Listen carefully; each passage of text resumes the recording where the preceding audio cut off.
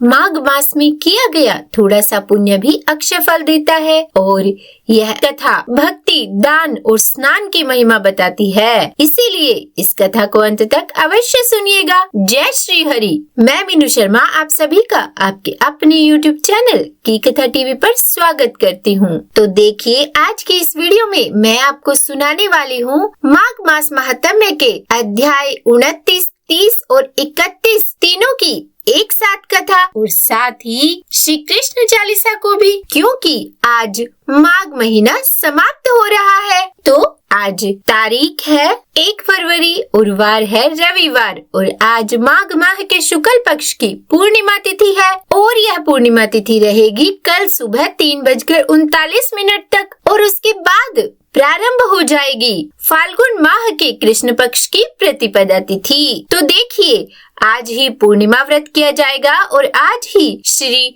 सत्यनारायण भगवान का व्रत किया जाएगा और आज ब्रह्म मुहूर्त का समय होगा सुबह 5:34 से लेकर 6:22 तक और अमृत काल का समय रहेगा शाम 5:59 से लेकर 7:28 तक और आज सूर्योदय का समय होगा सुबह 7:10 और सूर्यास्त का समय होगा शाम 6:10 और आज का यह 29वां अध्याय शुरू करने से पहले चलिए आपको बता देते हैं कि कल यानी कि माघ मास महात्म्य के 28वें अध्याय में क्या हुआ था। तो कल 28वें अध्याय में हम सब ने ब्राह्मण कन्याओं द्वारा वर्णित दान, भक्ति, एकादशी व्रत और माघ स्नान का फल सुना और इसके आगे का वृत्तांत अब हम आज 29वें अध्याय में सुनेंगे। तो यह 29वां अध्याय शुरू करने से पहले सर्वप्रथम हम भगवान श्री गणेश का ध्यान करते हैं। गौरा पुत्र गणेश है, पिता जिनके महेश है, लड्डू जिनका भोग है, मूषक है सवारी, सुख करता दुख हरता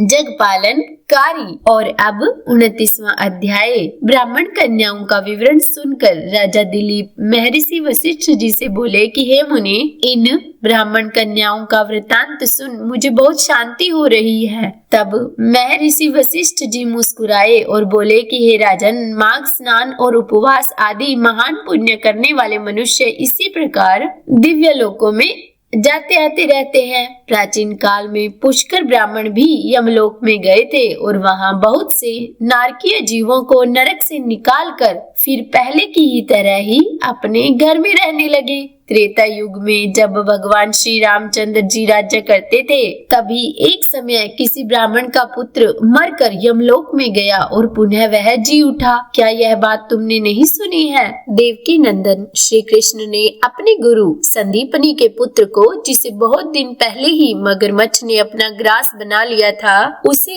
यमलोक से लाकर अपने गुरु को अर्पण किया था। इसी प्रकार से और भी कई मनुष्य यमलोक से वापस लौट आए हैं। इस विषय में संदेह नहीं करना चाहिए। अच्छा, अब तुम ये बताओ कि और क्या सुनना चाहते हो?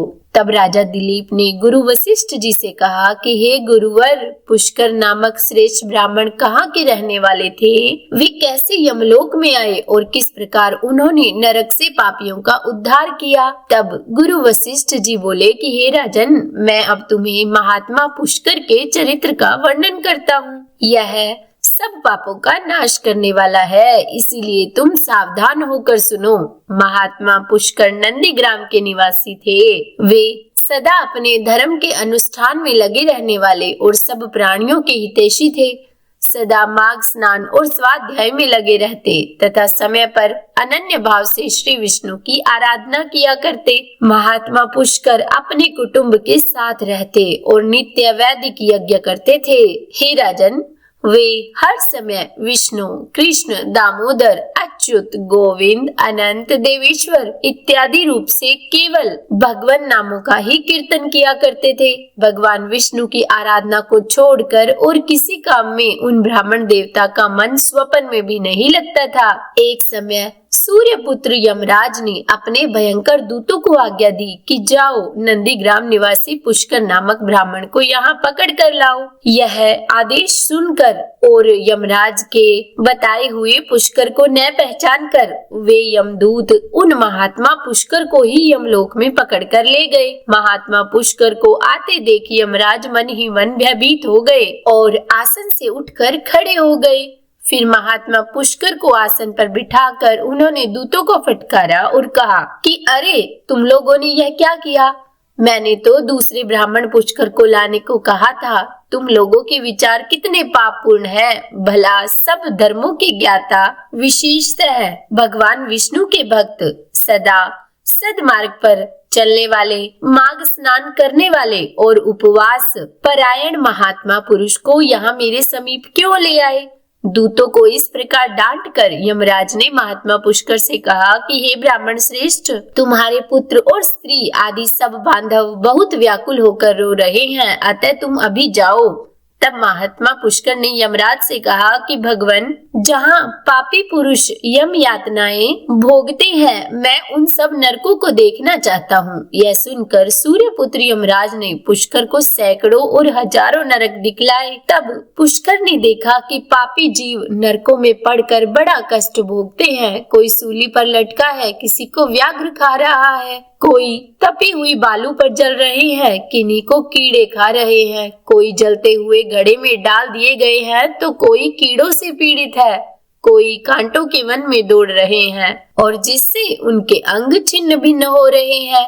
किन्हीं को आरों से चीरा जा रहा है, कोई कुल्हाड़ों से काटे जाते हैं, किन्हीं को कीचड़ में डुबोकर कष्ट दिया जा रहा है, किन्हीं को सुई चुभो कर गिराया जाता है, कई सर्दी से पीड़ित हो रहे हैं। इस प्रकार जीवों को नरक में पड़कर यातना भोगते देख महात्मा पुष्कर को बहुत ही दुख हुआ। वे उनसे बोले कि क्या आप लोगों ने पूर्व जन्म में कोई भी पुण्य कर्म नहीं किया था? पुण्य कर्म नहीं करने की वजह से ही आप सब यहाँ यातना में पड़कर दुख भोग रहे हो। तब नरक के जीवों ने कहा कि हे ब्राह्मण श्रेष्ठ, हमने पृथ्वी पर कोई पुण्य नहीं किया था, इसी से इस यातना में पड़कर जलते और बहुत कष्ट उठाते हैं। हमने पराई स्त्रियों से अनुराग किया, दूसरों के धन चुराए, अन्य जीवों की हिंसा की, बिना अपराध के दूसरों पर लांछन लगाए, ब्राह्मणों की निंदा की और जिनके भरण पोषण का भार हमारे ऊपर था, उनके भोजन किए बिना ही हम सब पहले भोजन कर लेते थे। इन्हीं सब पापों के कारण हम लोग इस नरक की अग्नि में जल रहे हैं। प्यासी गौएं जब जल की ओर दौड़ती हुई जाती थी तो हम सदा उनके पानी पीने में विघ्न डाल दिया करते थे। गौओं को कभी खिलाते पिलाते नहीं थे, फिर भी उनका दूध दूह कर पेट पालने में लगे रहते थे।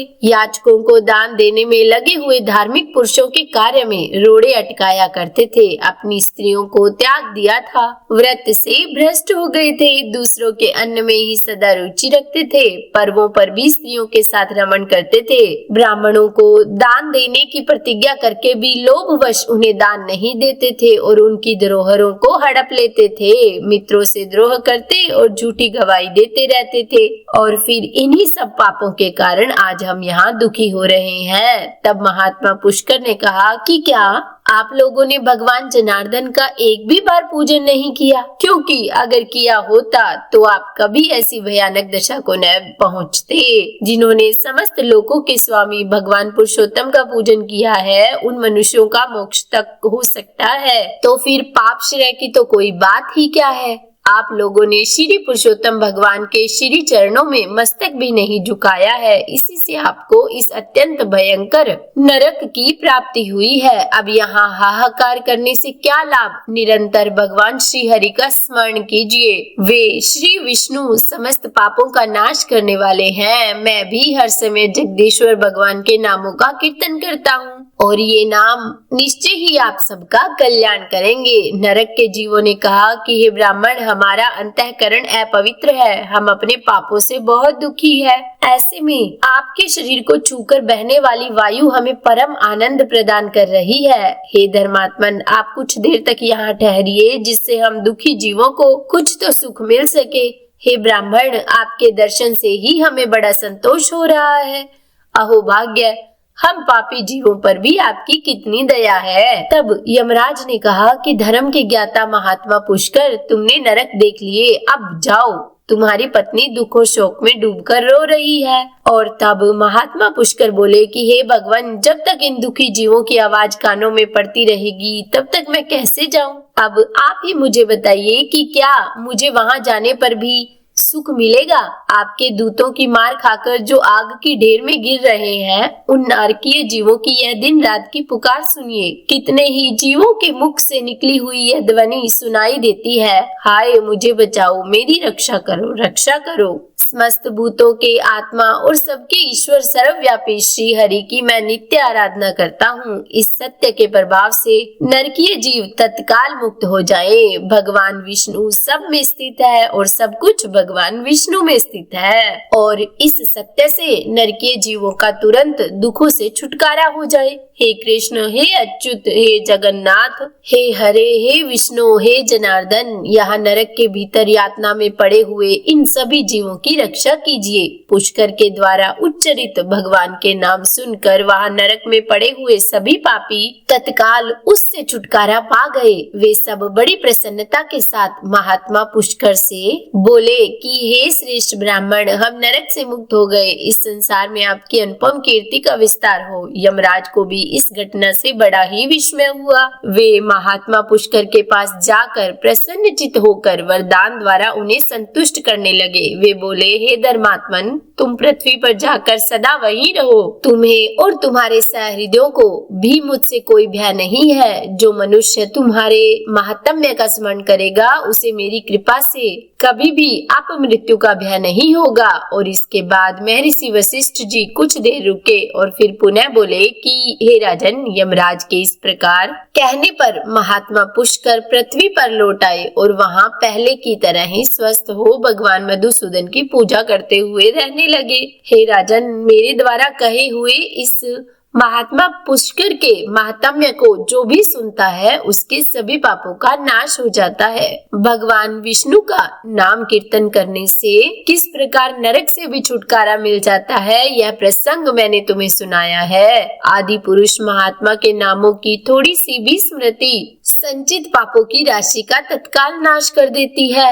यह बात प्रत्यक्ष देखी गई है। फिर उन जनार्दन भगवान के नामों का भली भांति कीर्तन करने वालों पर उत्तम फल की प्राप्ति क्यों नहीं होगी? वो तो होगी ही, इसके लिए तो कहना ही क्या है। तो बोलिए विष्णु भगवान की जय। यह था माघ मास महात्म्य का 29वां अध्याय। और अब 30वां अध्याय।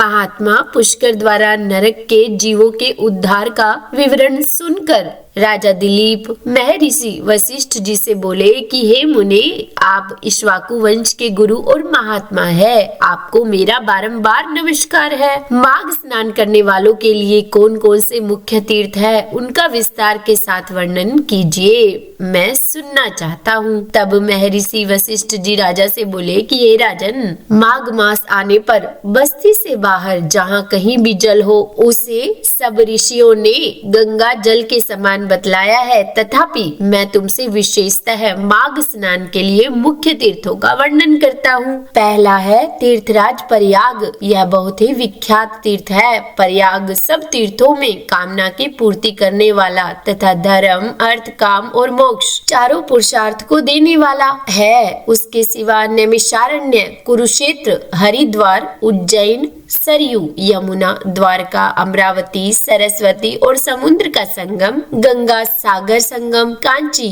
त्र्यंबक तीर्थ, सप्त गोदावरी का तट, कालंजर, प्रभास, बद्रिकाश्रम, महाल्य, ओमकार क्षेत्र, पुरुषोत्तम क्षेत्र, जगन्नाथपुरी, गोकर्ण, भगुकरण, भृगुतंग, पुष्कर, तुंगभद्रा, कावेरी, कृष्णा, वेणी, नर्मदा, स्वर्णमुखरी तथा वेगवती नदी, ये सभी माघ मास में स्नान करने के लिए मुख्य तीर्थ है। गया नामक जो तीर्थ है, वह पितरों के लिए तृप्तिदायक और हितकर है। ये भूमि पर विराजमान तीर्थ है जिनका मैंने तुमसे वर्णन किया है। हे राजन, अब मानस तीर्थ बतलाता हूँ, सुनो। उनमें भली भांति स्नान करने से मनुष्य परम गति को प्राप्त होता है। सत्य तीर्थ, क्षमा तीर्थ, इंद्रिय निग्रह तीर्थ, सर्वभूत दया तीर्थ, सरलता तीर्थ, दान तीर्थ, दम तीर्थ, संतोष तीर्थ, ब्रह्मचार्य तीर्थ, नियम तीर्थ, मंत्र जप तीर्थ, प्रिय भाषण तीर्थ, ज्ञान तीर्थ, धैर्य तीर्थ, अहिंसा तीर्थ, आत्म तीर्थ, ध्यान तीर्थ और शिव स्मरण तीर्थ, ये सभी मानस तीर्थ है। मन की शुद्धि सभी तीर्थों से उत्तम तीर्थ है। शरीर से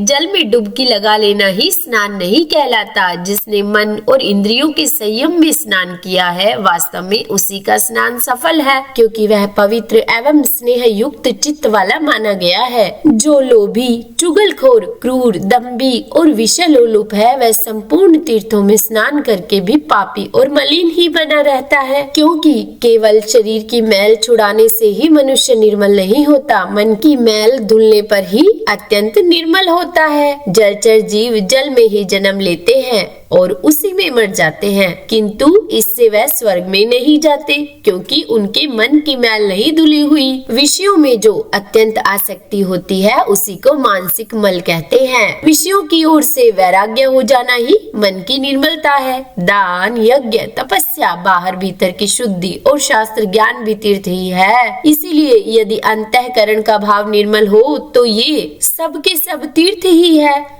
जिसने इंद्रिय समुदाय को काबू में कर लिया, वह मनुष्य जहाँ जहाँ निवास करता है, वहीं वहीं उसके लिए कुरुक्षेत्र, नैमिषारण्य और पुष्कर आदि तीर्थ प्रस्तुत है। जो ज्ञान से पवित्र, ध्यान रूपी जल से परिपूर्ण और राग द्वेष रूपी मल को धो लेने वाला है, ऐसे मानस तीर्थ में जो स्नान करता है, वह परम गति को प्राप्त होता है। हे राजन, यह मैंने तुमसे मानस तीर्थ का लक्षण बताया है। अब तुम भूतल तीर्थों की पवित्रता का कारण सुनो।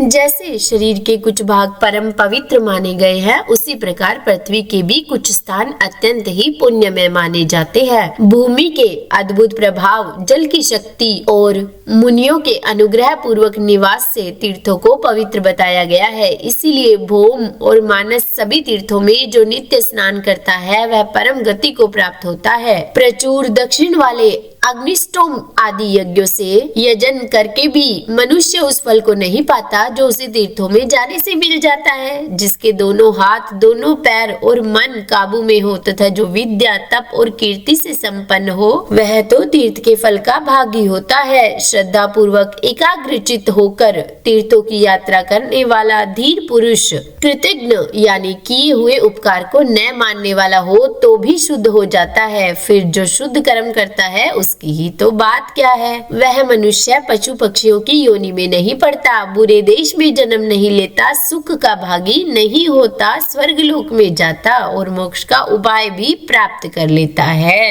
अश्रद्धालु, पापात्मा, नास्तिक, संशयात्मा और केवल युक्तिवाद का सहारा लेने वाला, ये 5 प्रकार के मनुष्य तीर्थ फल के भागी नहीं होते। जो शास्त्रोक्त तीर्थों में विधि पूर्वक विचरते और सब प्रकार के द्वंद्वों को सहन करते हैं, वे धीर मनुष्य स्वर्ग लोक में जाते हैं। तीर्थ में अर्घ्य और आवाहन के बिना ही श्राद्ध करना चाहिए। वह श्राद्ध के योग्य कल हो या ना हो, तीर्थ में बिना विलंब किए श्राद्ध और तर्पण करना उचित है। उसमें विघ्न नहीं डालना चाहिए। अन्य कार्य के प्रसंग से भी तीर्थ में पहुंच जाने पर स्नान करना चाहिए। ऐसा करने से तीर्थ यात्रा का नहीं परंतु तीर्थ स्नान का फल तो अवश्य ही मिल जाता है। तीर्थ में नहाने से पापी मनुष्यों के पाप की शांति होती है और जिनका हृदय शुद्ध है, उन मनुष्यों को तीर्थ शास्त्रोक्त फल देने वाला होता है। जो दूसरों के लिए तीर्थ यात्रा करता है, वह भी उसके पुण्य का 16वां अंश प्राप्त कर लेता है। कुश की प्रतिमा बनाकर तीर्थ के जल में उसे स्नान करावे, जिसके उद्देश्य से उस प्रतिमा को स्नान कराया जाता है, वह पुरुष तीर्थ स्नान के पुण्य का 8वां भाग प्राप्त करता है। तीर्थ में जाकर उपवास करना और सिर के बालों का मुंडन करना चाहिए। मुंडन से मस्तक के पाप नष्ट हो जाते हैं। अब जिस दिन आप तीर्थ में पहुँचे, उसके पहले दिन उपवास करें और दूसरे दिन श्राद्ध एवं दान करें। तीर्थ के प्रसंग में मैंने श्राद्ध को भी तीर्थ बतलाया है। यह स्वर्ग का साधन ही तो है और मोक्ष प्राप्ति का उपाय भी। इस प्रकार नियम का आश्रय लेकर माघ मास में व्रत ग्रहण करना चाहिए और उस समय ऐसे ही तीर्थ यात्रा करनी चाहिए। माघ के महीने में स्नान करने वाला पुरुष सब जगह कुछ न कुछ दान अवश्य करे। बेर, केला, आंवले का फल, शेर भर घी, शेर भर तिल, पान, 16 सेर चावल, कुमड़ा और और खिचड़ी, ये 9 वस्तुएं प्रतिदिन ब्राह्मण को दान करनी चाहिए। जिस किसी प्रकार हो सके माघ मास को व्यर्थ नहीं जाने देना चाहिए। किंचित सूर्योदय होते होते माघ स्नान करना चाहिए तथा माघ स्नान करने वाले पुरुष को यथाशक्ति शौच, संतोष आदि नियमों का पालन करना चाहिए। विशेषतः ब्राह्मणों और साधु सन्यासियों को पकवान भोजन कराना चाहिए। जाड़े का कष्ट दूर करने के लिए सूखी लकड़ियों का दान करें। रुई भरा अंगा, शैया,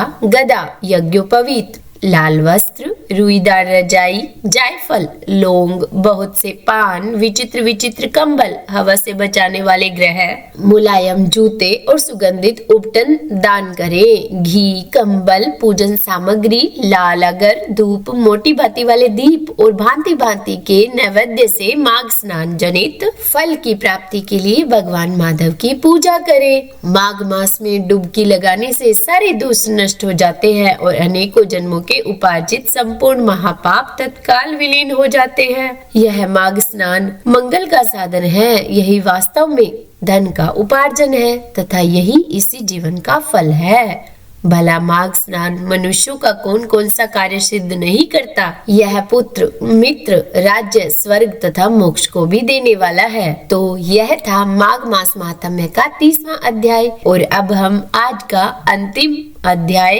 31वां अध्याय शुरू करते हैं। राजा दिलीप को माघ स्नान में मुख्य तीर्थों और किए जाने वाले कर्मों के विषय में बतलाने के बाद गुरु वशिष्ठ जी बोले कि हे राजन, सुनो, मैं तुमसे सुव्रत के चरित्र का वर्णन करता हूँ। यह शुभ प्रसंग श्रोताओं के समस्त पापों को तत्काल हर लेने वाला है। ध्यान से सुनो। नर्मदा नदी के रमणीय तट पर एक बहुत बड़ा क्षेत्र ब्राह्मणों को दान में मिला हुआ गांव था। उसमें वेदों की ज्ञाता और धर्मात्मा ब्राह्मण निवास करते थे। वह धन धान्य से भरा हुआ था और वेदों के गंभीर घोष से संपूर्ण दिशाओं को गुंजायमान किए रहता था। उस गांव में एक श्रेष्ठ ब्राह्मण थे जो सुव्रत के नाम से विख्यात थे। उन्होंने संपूर्ण वेदों का अध्ययन किया था। वेदार्थ के वे अच्छे ज्ञाता थे। धर्म शास्त्रों के अर्थ का भी पूर्ण ज्ञान रखते थे। पुराणों की व्याख्या करने में वे बड़े ही कुशल थे। वेदांगों का अभ्यास करके उन्होंने तर्क शास्त्र, ज्योतिष शास्त्र, गज विद्या,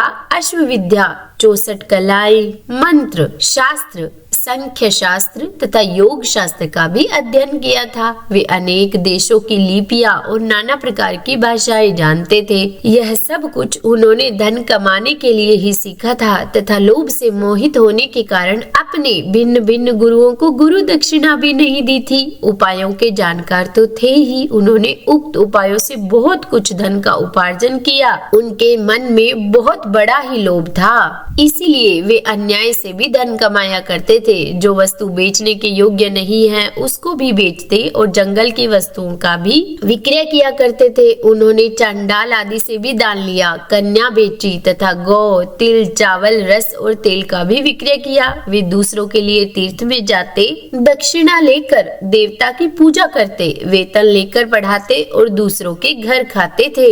इतना ही नहीं, वे नमक, पानी, दूध, दही और पकवान भी बेचा करते थे। इस तरह अनेक उपायों से उन्होंने यत्न पूर्वक धन कमाया। धन के पीछे उन्होंने नित्य नैमित्तिक कर्म तक छोड़ दिया था। न खाते थे न दान करते थे। हमेशा अपना धन गिनते रहते थे कि कब कितना जमा हुआ। इस प्रकार उन्होंने 1 लाख स्वर्ण मुद्राएं उपार्जित कर ली। धनोपार्जन में लगे लगे ही वृद्धावस्था आ गई और फिर सारा शरीर ही जर्जर हो गया। काल के प्रभाव से समस्त इंद्रियां शिथिल हो गई। अब वे उठने और कहीं जाने में असमर्थ हो गए। धनोपार्जन का काम बंद हो जाने से स्त्री सहित ब्राह्मण देवता बहुत दुखी हुए और इस प्रकार चिंता करते करते जब उनका चित्त बहुत ही व्याकुल हो गया तब उनके मन में विवेक जागृत हुआ। सुव्रत दुखी होते हुए अपने मन में ही कहने लगे, मैंने नीच प्रतिग्रह से, नहीं बेचने योग्य वस्तुओं के बेचने से तथा तपस्या आदि का भी विक्रय करने से यह धन जमा किया है, फिर भी मुझे शांति नहीं मिली। मेरी तृष्णा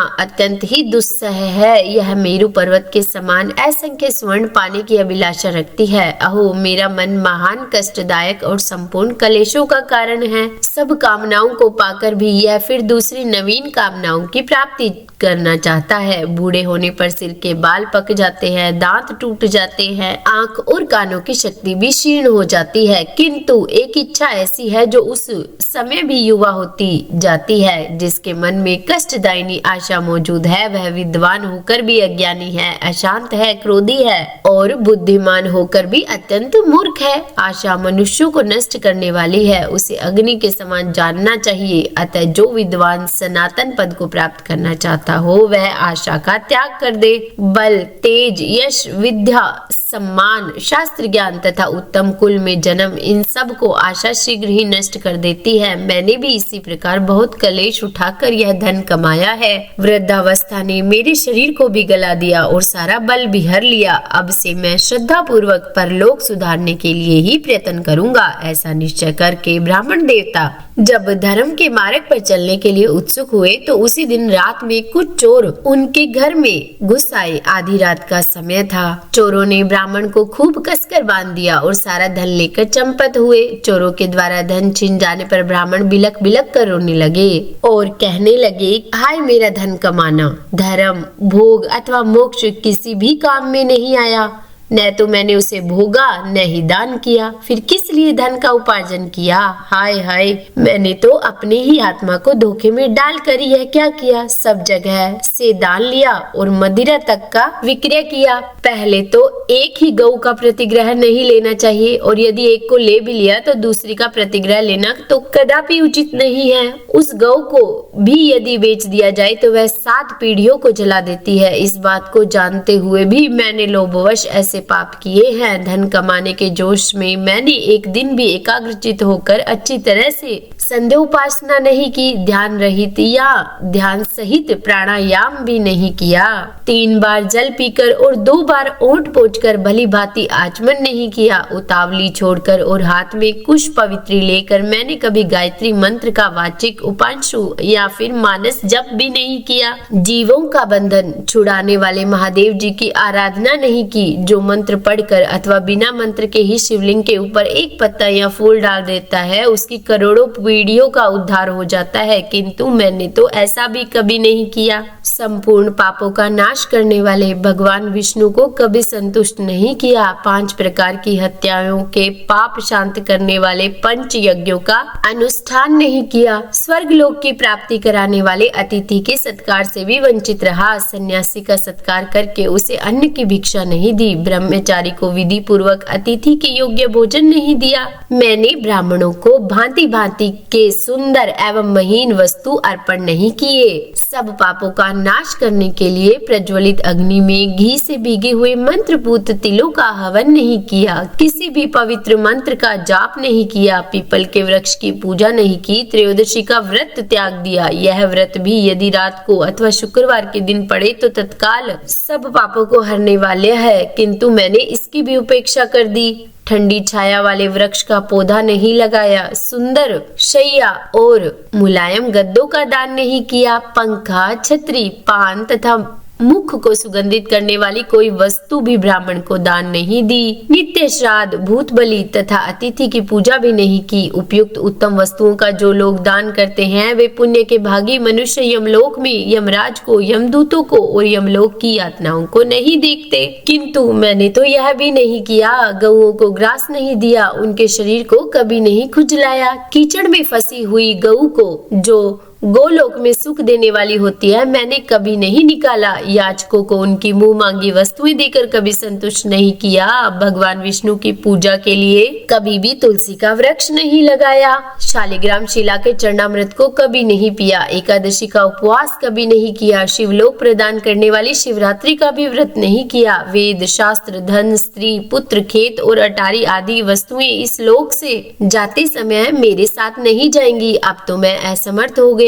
कोई व्यापार भी नहीं कर सकता। क्या करूं, कहाँ जाऊं, हाय मुझ पर बड़ा भारी कष्ट आ पड़ा। मेरे पास परलोक का राह खर्च भी नहीं है। इस प्रकार व्याकुल चित होकर सुव्रत ने मन ही मन विचार किया, अहो मेरी समझ में आ गया। मुझे याद आया, एक समय जब मैं धन कमाने के लिए उत्तम देश कश्मीर को जा रहा था तो मार्ग में भागीरथी गंगा के तट पर मुझे कुछ ब्राह्मण दिखाई दिए जो वेदों के पारगामी विद्वान थे। वे प्रातःकाल माघ स्नान करके बैठे थे। वहाँ किसी महाविद्वान ने उस समय एक श्लोक कहा था, माघे निमग्ना सलीले सुशीते विमुक्त पापास्त्रे दिवम प्रयांति, यानी कि माघ मास में शीतल जल के भीतर डुबकी लगाने वाले मनुष्य पाप मुक्त होकर स्वर्गलोक को जाते हैं। पुराण में से मैंने इस श्लोक को सुना है, यह बहुत ही प्रामाणिक है।